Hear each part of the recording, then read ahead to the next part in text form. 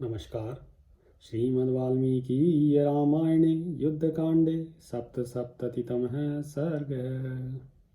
निकुम्भो भ्रातरं दृष्ट्वा सुग्रीवेण निपातितं प्रदहन्य कोपेन वानरेन्द्रम् उदैक्षत। सुग्रीव के द्वारा अपने भाई कुंभ को मारा गया देख निकुंभ ने वानर राज की ओर इस प्रकार देखा मानो उन्हें अपने क्रोध से दग्ध कर देगा। ततः सग्दाम सन्नद्धं दत्तपञ्चाङ्गुलं शुभम् आददे परिघं धीरो महेंद्र शिखरोपमम्। उस धीरवीर ने महेंद्र पर्वत के शिखर जैसा एक सुंदर एवं विशाल परिघ हाथ में लिया जो फूलों की लड़ियों से अलंकृत था और जिसमें 5-5 अंगुल के लोहे के पत्र जड़े गए थे। हेमपट्ट परिक्षिप्तं वज्र विद्रुम भूषितं यम दंडोपमं भीमं रक्षसां भयनाशनम। उस परिघ में सोने के पत्र भी जड़े थे और उसे हीरे तथा मोहों से भी भूषित किया गया था। वह परिघ यमदंड के समान भयंकर तथा राक्षसों के भय का नाश करने वाला था। तमाविध्य महातेजा शक्रध्वज समोजसं निर्नाद विवृत्तास्यो निकुंभो भीम विक्रमः।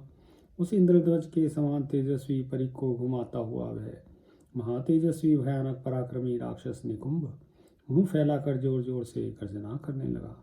रोगतेन निष्केण भुजस्थैरंगदैरपि कुंडलाभ्यां च चित्राभ्यां मालया च सचित्रया निकुंभो भूषणैर्भाति तेन स्म परिघेण च यथेन्द्रधनुषा मेघ सविध्युत्सनयित्रुमान्।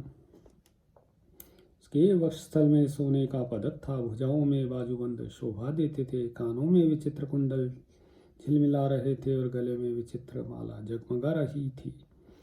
इन सब आभूषणों से और उस परिघ से भी निकुंभ की वैसी शोभा हो रही थी जैसे विद्युत और गर्जना से युक्त मेघ से इंद्रधनुष से सुशोभित होता है।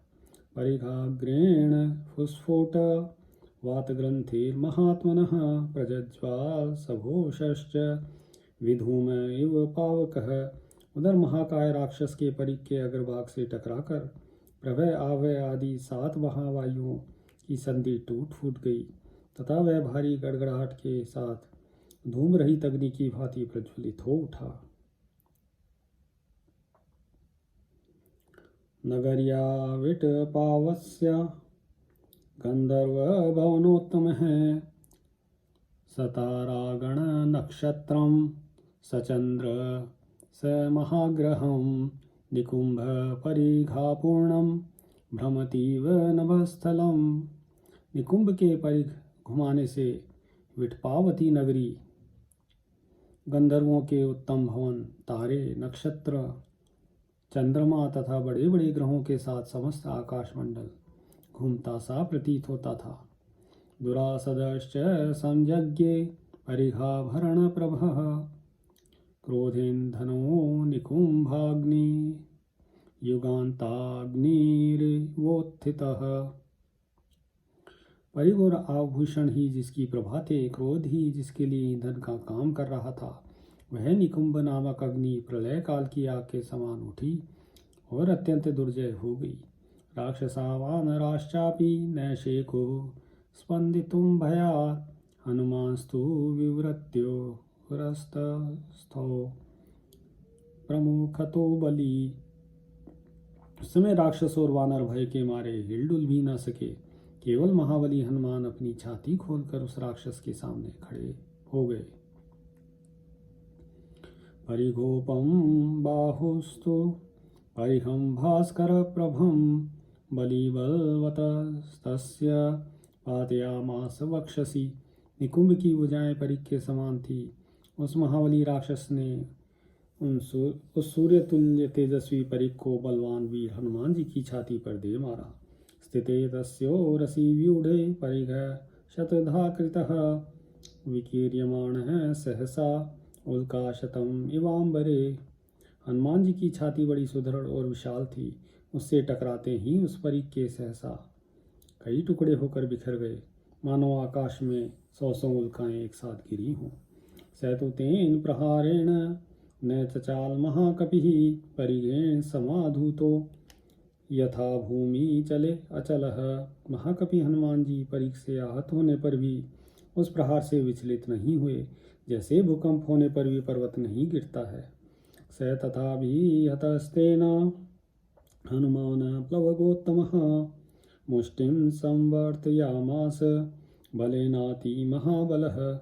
अत्यंत महान बलशाली वानर शिरोमणि हनुमान जी ने इस प्रकार परीख की मार खाकर बलपूर्वक अपनी मुट्ठी बांधी। तमुद्यम्य महातेजा निकुंभो रसी वीर्यवान अभिचिक्षेप वेगेन वेगवान वायु विक्रमः।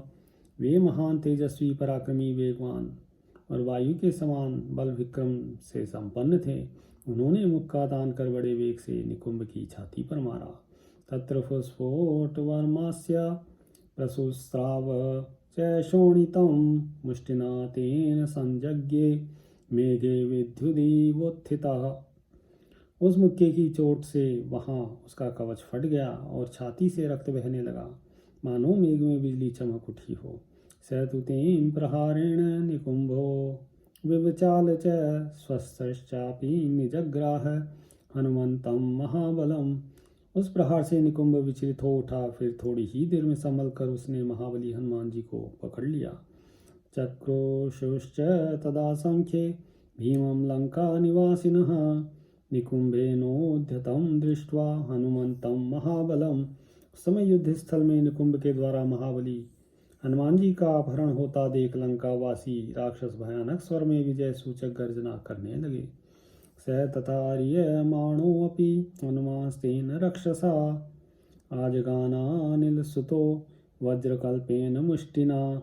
राक्षस के द्वारा इस प्रकार अपहृत होने पर भी पवन पुत्र हनुमान जी अपने वज्र तुल्य मुक्के से उस पर प्रहार किया।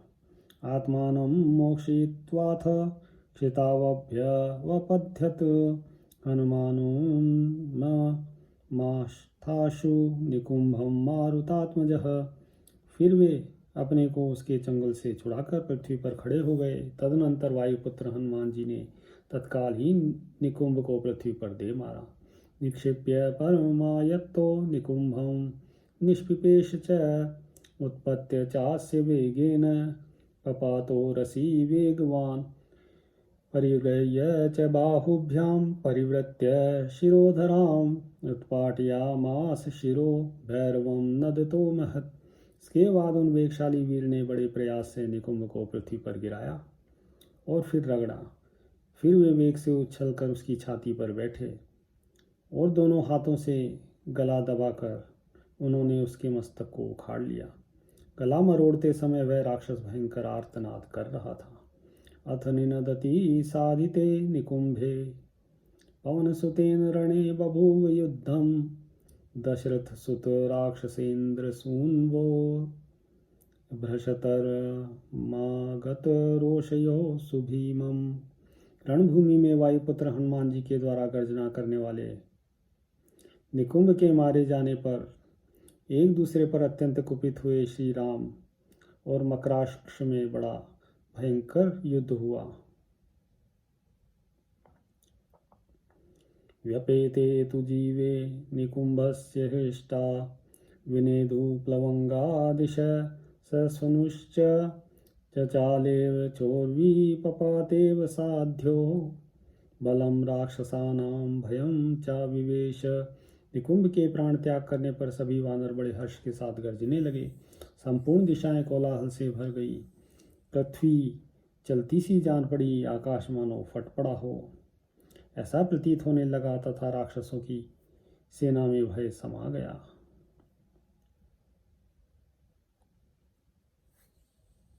इत्याशे श्रीमद् रामायणे वाल्मीकिये आदिकाव्ये युद्धकाण्डे सप्तसप्ततितमः सर्गः। सियावर रामचंद्र पद जय शरणम्।